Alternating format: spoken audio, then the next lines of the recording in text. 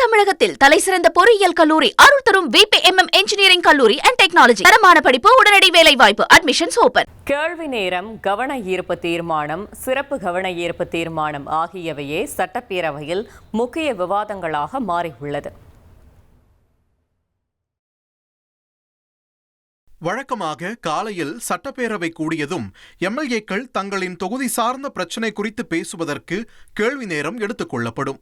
ஆனால் தாவேக அரசின் முதல் பட்ஜெட் கூட்டத்தொடரில் இதுவரை கேள்வி நேரம் இல்லாத காரணத்தால் முதலில் கவன ஈர்ப்பு தீர்மானங்கள் எடுத்துக் கொள்ளப்படுகின்றன.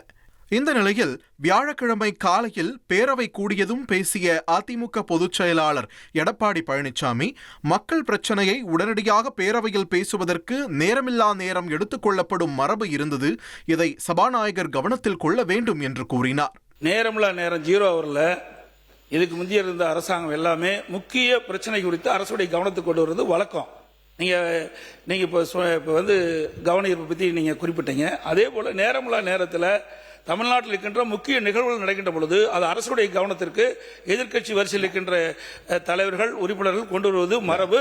அதையும் தாங்கள் கவனிக்க வேண்டும் என்று தொடர்ந்து பேசிய திமுக கொறடா ஏவ வேலு, கவன ஈர்ப்பு தீர்மானம் கொடுத்து 15 நாட்களுக்கு பிறகு எடுத்தால் அதன் பொருள் நீர்த்து போய்விடும் என்றும், எனவே பேரவை விதியின் கவன ஈர்ப்பு தீர்மானமாக எடுத்துக்கொள்வதோடு சிறப்பு கவன ஈர்ப்பு தீர்மானமாகவும் எடுத்துக்கொள்ளலாம் என்றார். ஒரு அவசரம் கருதி தான் சில பிரச்சனைகள் நாங்கள் எழுப்புறோம்.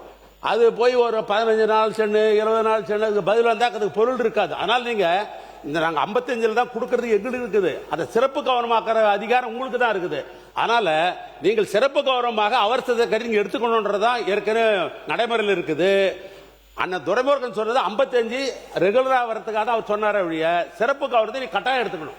தொடர்ந்து பேசிய திமுக உறுப்பினர் ஆஸ்டின், எம்எல்ஏக்கள் வினாக்கள் கொடுத்து 42 நாட்களுக்குள் துறை சார்ந்த பதில் வந்து வினா பட்டியலில் சேர்க்கப்படும். ஆனால் 93 நாட்களாக கேள்விக்கான பதில் வரவில்லை. அமைச்சர்கள், அதிகாரிகள் மெத்தனமாக உள்ளனர் என்றும், பதில் அனுப்பாதவர்களுக்கு நோட்டீஸ் அனுப்ப வேண்டும் என்றும் தெரிவித்தார். துறை அதிகாரிகள் காலதாமதமாக கொடுப்பதற்கு காரணம் உங்கள்கிட்ட கேட்டா அதற்காக நீங்கள் இன்னும் ஒரு 14 நாட்கள் 2 வார காலம் காலாவாசம் கொடுக்கலாம். அந்த காலாவாசத்திற்கு அப்புறமா அந்த பதில் வரலன்னு சொன்னா நீங்கள் அதை வினால் பட்டியலில் சேர்த்து இந்த அவையிலே உறுப்பினர் கேள்வி எழுப்பதற்கான அனுமதியை வழங்க வேண்டும். அதான் விதி 45 சொல்லுது. ஆனால் இன்னைக்கு 93 நாள் ஆயிட்டது. இதுவரைக்கும் அந்த கேள்விக்கான பதில்கள் வரவில்லை என்று நீங்களும் 2 தடவை இங்கே பதிவு செய்து விட்டீர்கள். எனவே இந்த அமைச்சருடைய அதிகாரியுடைய மெத்தன போக்கால் இன்றைக்கு மக்களுடைய பிரச்சனை பின்னுக்கு தள்ளப்படுகின்றது.